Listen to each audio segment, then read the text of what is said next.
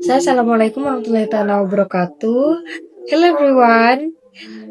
So first of all, let me introduce myself. My name is Ita Rizkia. You can call me Ita, and I'm from Dubai One, and my ID number is 23110106000 and 1. So here in this video, I'm gonna explain about the difference between kurikulum 2013, kurikulum Merdeka, and deep learning.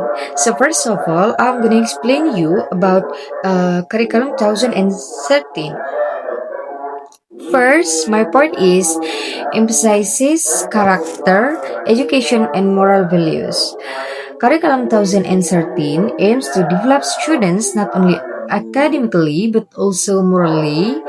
It integrates character values such as discipline, responsibility, honesty, and cooperation into the learning process.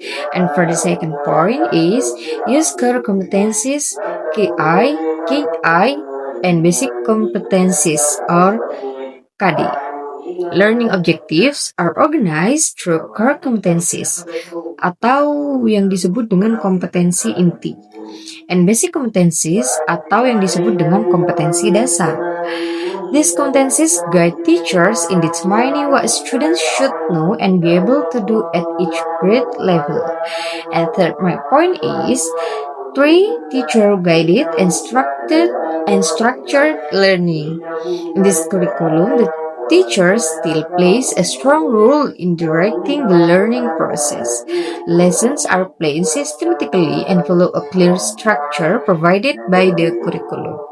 Jadi di sini tuh di kurikulum 2013, teacher itu sangat berperan penting dalam metode pembelajaran ini gitu. Jadi setiap pembelajaran yang sudah terplanningkan itu sudah systematically sudah tersusun dengan rapi dan tertata gitu, yang sudah di provide atau difasilitasi dari kurikulum ini. Jadi teacher mengajar yang memang sudah di-provide oleh kurikulum 2013 ini. And fourth is comprehensive assessment system. Assessment in curriculum 2013 evaluates three aspects. First is students' knowledge, skills, and attitudes. This approach aims to measure students' develop in a holistic way. And last, from curriculum 2013, scientific approach in learning. The teaching process commonly follows these scientific steps. First, observing. Second, questioning. Third, experimenting. Fourth, associating. And last is communicating. This method helps students learn through investigation and discovery. And for the next is Merdeka Curriculum atau yang disebut dengan kurikulum Merdeka. My first point is student-centered learning. The Merdeka Curriculum focuses more on students' needs, interests, and learning phase. Jadi di sini itu di kurikulum Merdeka ini lebih fokus terhadap kebutuhan muridnya, apa yang disuka oleh muridnya, dan lebih difokuskan dari hal-hal yang memang mereka butuh dan yang mereka suka. Students are encouraged to be more active participants in the learning process. Jadi memang murid di Merdeka Kurikulum ini lebih dibutuhkan keaktifan partisipasinya di dalam proses pembelajaran ini. And my second point is flexibility for teachers.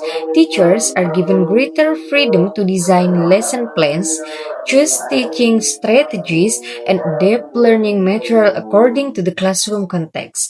Kalau di kurikulum 2013 tadi, itu kan sudah systematically tertata lesson plan-nya. Tapi kalau di kurikulum Merdeka ini, teacher itu punya kebebasan untuk mendesain lesson plan-nya gitu. Dan teacher itu bebas untuk memilih strategi apa yang cocok untuk konteks pembelajaran dalam kelas tersebut.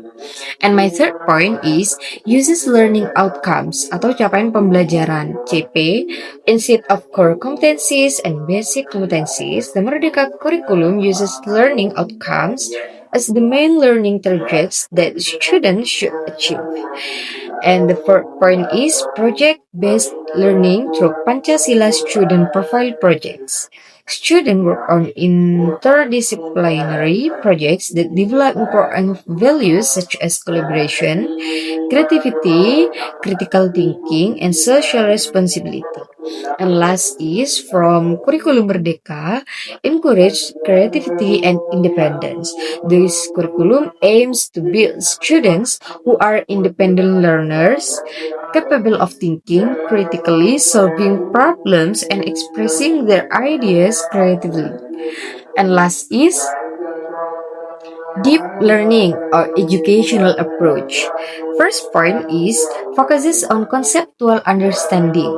Deep learning encourages students to understand the meaning and concept behind the matter rather than simply memorizing facts. And second, develops critical thinking and problem solving skills.